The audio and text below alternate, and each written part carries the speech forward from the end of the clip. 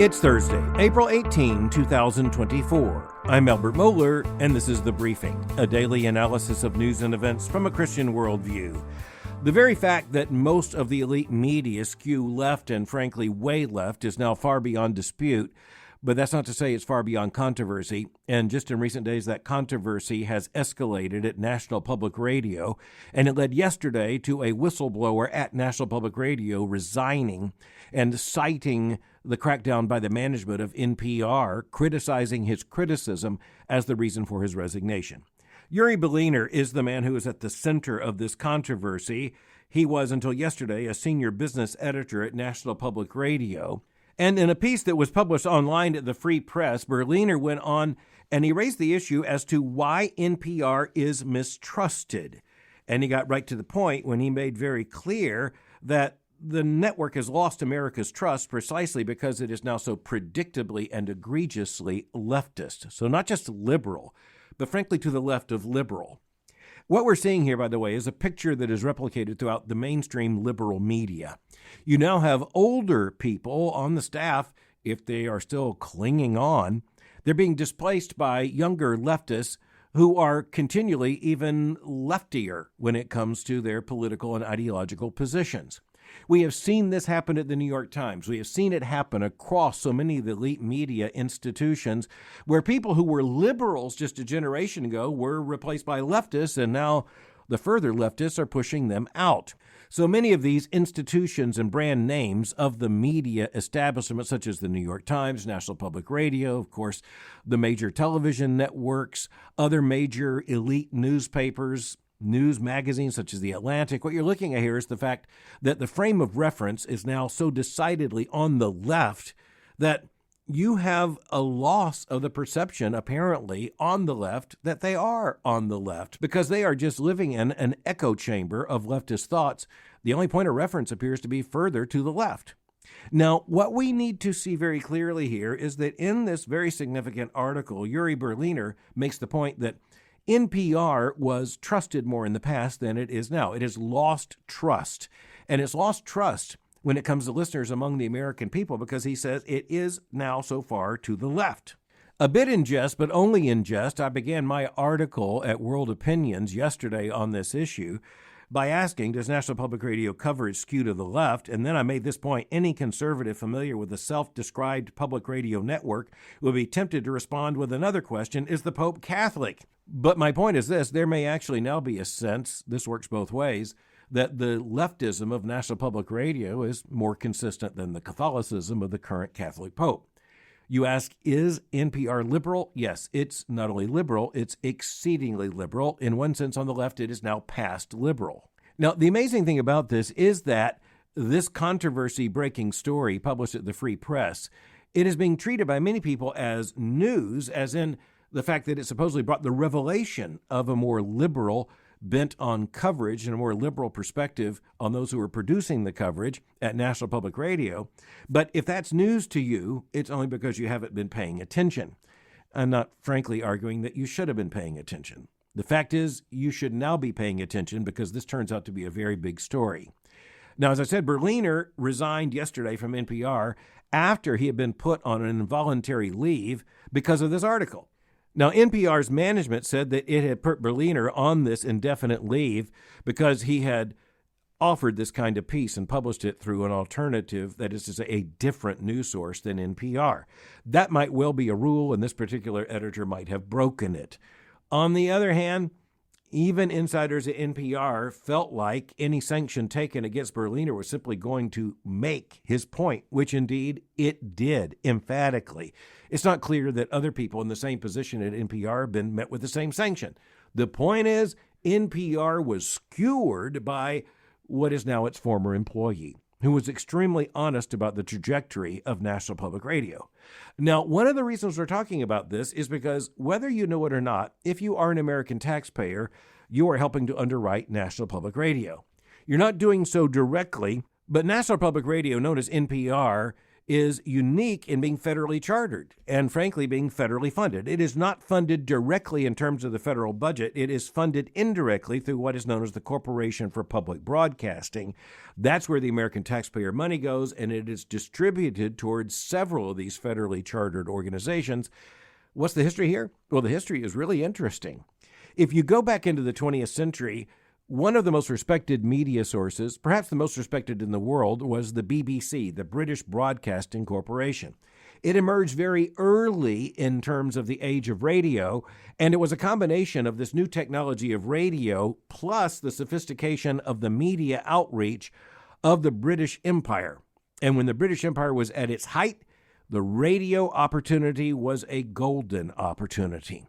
The BBC pretty quickly established a reputation as the elite news media of the age. There were attempts by other nations to come out with other kinds of public networks, but in the United States, the radio spectrum, starting with AM as it's known, quickly became a part of commercialized radio. It fell into the hands of commercialized entities, and they became the big names, such as the Clear Channel AM stations that dominated the American broadcasting landscape for decades. There was no central federal government-supported radio network, and this was true until the Corporation for Public Broadcasting was established, and then National Public Radio, which was established with its first air date on April the 20th of 1971.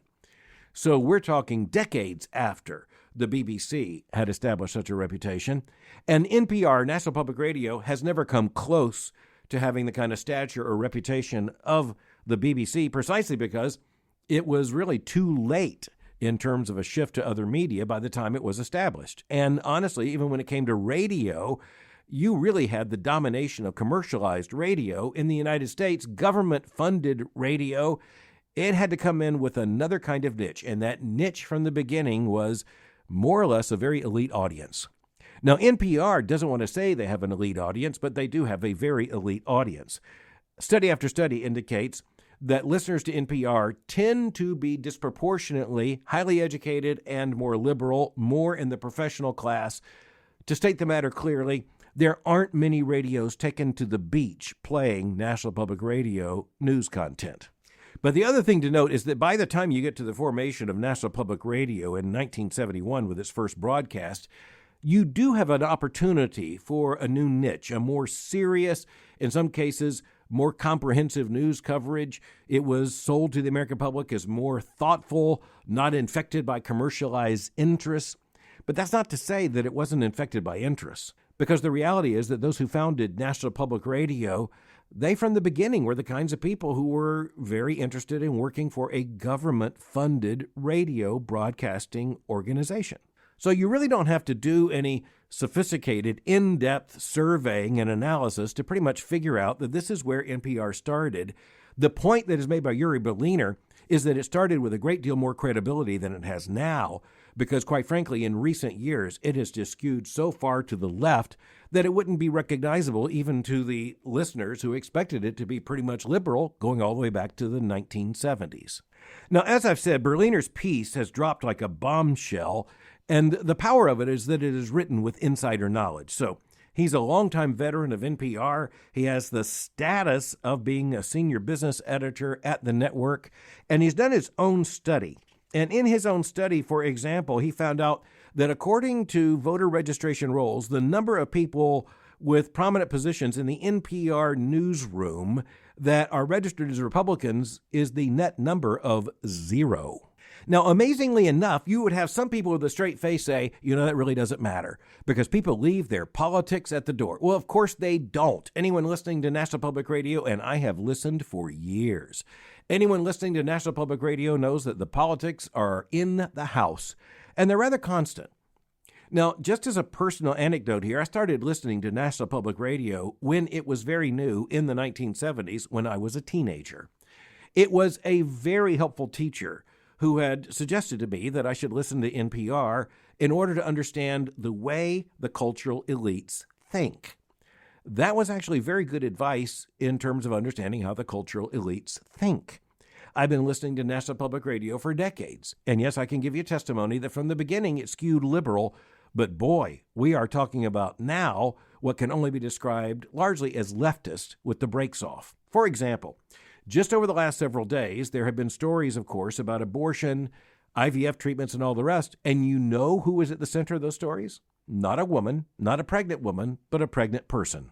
Berliner, in his expose, indicates that the network has what is known as a transgender coverage guidance document, which calls for no reference to be made in the broadcast to biological sex. In other words, biological sex is now verboten. It is now considered to be unacceptable language. And so this is just another sign of the abdication, which is pre-interview. It's pre-broadcast. Before there's the coverage of a single news story, the rules are already in place to make this very much from the perspective of the left. And this means particularly from the portions of the left so affected by critical theory, so driven by what I would call cultural Marxism, and by the LGBTQ revolution. These are the people who assume that starting from a generally leftist position is just starting from neutral. Berliner's article also indicates that NPR has what is known as a mentorship program for MGIPOC. That is marginalized genders and intersex people of color. Now, this is the ideology of intersectionality.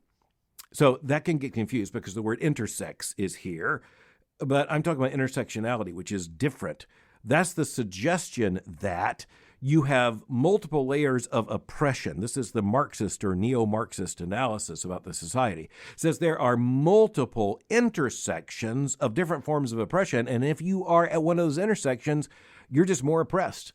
And thus, intersectionality means that identity politics is just driven to its ultimate extreme, in which, for example, according to the theory of alleviating oppression, in the name of naming intersectionality, you would say that it's one thing for a lesbian to be oppressed, but if the lesbian's also black, well, that lesbian is even more oppressed.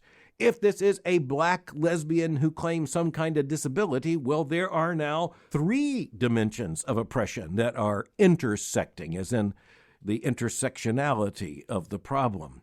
And so what you're looking at here is the fact that this has been institutionalized at NPR. And so NPR is in the position of so many others on the left in the mainstream media of saying, we are just applying these principles. Yeah, but it's the principles that already thrust you into an extremely liberal or leftist worldview.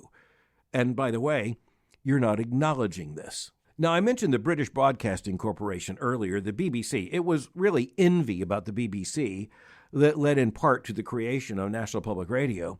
Now, the BBC now is not what it was back then either.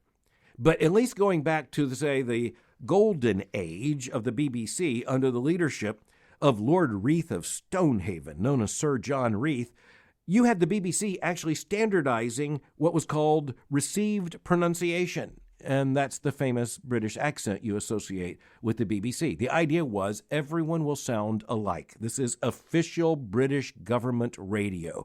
This is radio on behalf of the entire British people. And this is how the British speak. From London, this is the BBC.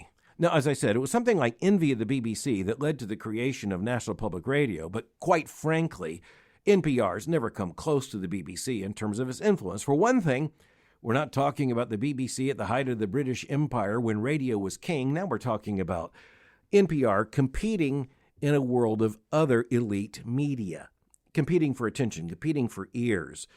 And in this case, NPR established its reputation on a certain kind of coverage, a certain kind of sophisticated analysis, a certain kind of cultural signaling, even a certain kind of voice. The iconic voice of NPR was a rather laid-back intellectual voice, but all that began to change in the last decade with big staff changes and production changes in which there was the effort to make NPR sound, as was said at the time, more like America, and that meant with a greater diversity representation. And so even as the BBC has changed, so National Public Radio has changed. But the point is, NPR really began a bit too late for the great crest of radio. And so from the beginning, it really didn't have any widespread popular listenership.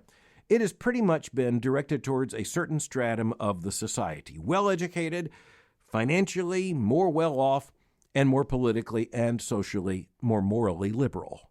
Now, when it comes to this particular expose of NPR, which, remember, was done from the inside, Uri Berliner points to several more recent storylines as evidence of the leftist bias that has corrupted and contorted the coverage at National Public Radio. This would include the network's coverage of COVID-19.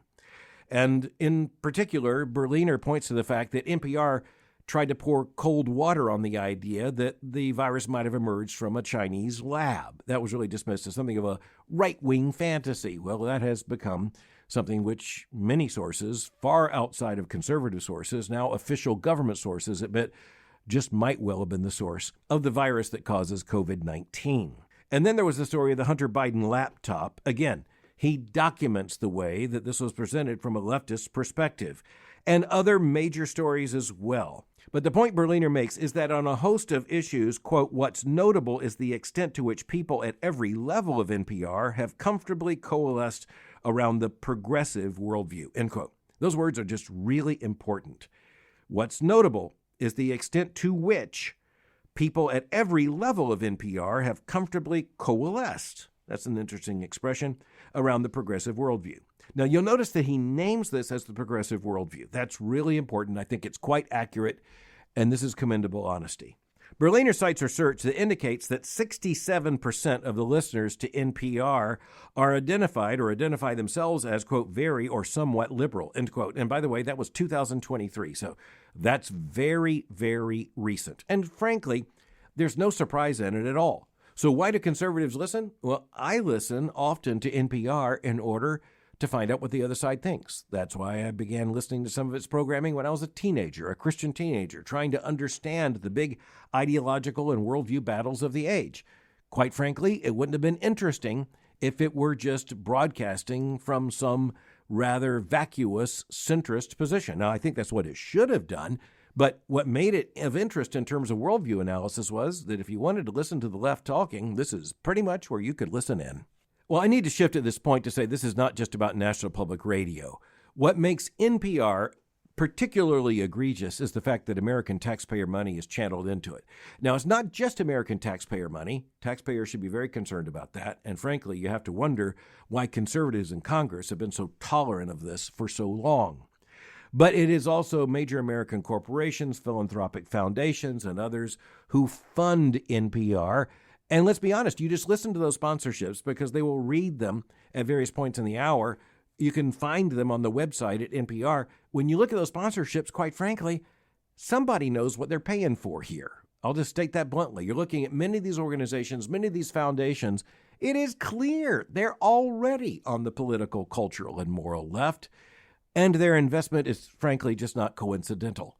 Now, here's where Christians need to step back for a moment and say, okay, as taxpayers, we have a particular responsibility here because this is national public radio, so we can speak into this as members of the public. When we look at commercial radio, commercial media, and of course it's not just radio these days, of course it's the explosion of media, including the old legacy media like radio and television, and of course now all the digital expressions. And so quite frankly, the picture is just a lot more complex than it was. But here's what Christians need to understand. Nothing comes from nowhere, which is to say that there's not a single medium. There are no media that are just coming from a position of absolute neutrality. That's because human beings aren't neutral. We can't put our brains and our worldviews into neutral. One of the biggest problems when you look at this indictment of NPR is how politically lopsided, say, the Newsroom is. Once again, Berliner couldn't find a single registered Republican among those who were in the Newsroom. Now, perhaps that was just a fluke, and perhaps there's one in there somewhere. But the point is, we're looking at a situation that's so far out of balance, who could say with a straight face that this represents the American people?